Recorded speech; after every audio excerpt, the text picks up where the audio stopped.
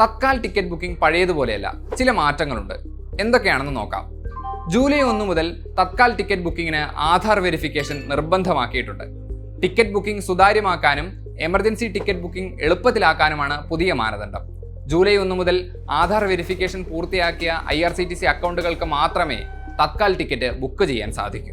എല്ലാ zonal റെയിൽവേകൾക്കും railway മന്ത്രാലയം ഔദ്യോഗികമായി നൽകിയ നിർദ്ദേശപ്രകാരമാണ് മാറ്റം. ഇനി എങ്ങനെയാണ് ബുക്കിംഗ് എന്ന് നോക്കാം. ടിക്കറ്റ് ബുക്കിംഗിന്റെ ആദ്യ അരമണിക്കൂറിൽ ഏജന്റ് ബുക്കിംഗ് സാധ്യമാകില്ല. 10 മണി മുതൽ 10:30 വരെ first AC, second AC, third AC ടിക്കറ്റുകൾക്ക് ബുക്ക് ചെയ്യാനുള്ള സമയമാണ്.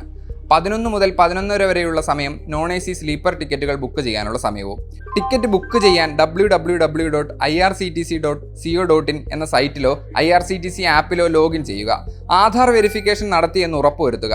പിന്നീട് പേരും ID പ്രൂഫും വ്യക്തിഗത വിവരങ്ങളും തെറ്റാതെ നൽകുക. ബർത്ത് പ്രിഫറൻസ് ഉണ്ടെങ്കിൽ അതുകൂടി നൽകിയ ശേഷം ടിക്കറ്റ് ബുക്ക് ചെയ്യുക.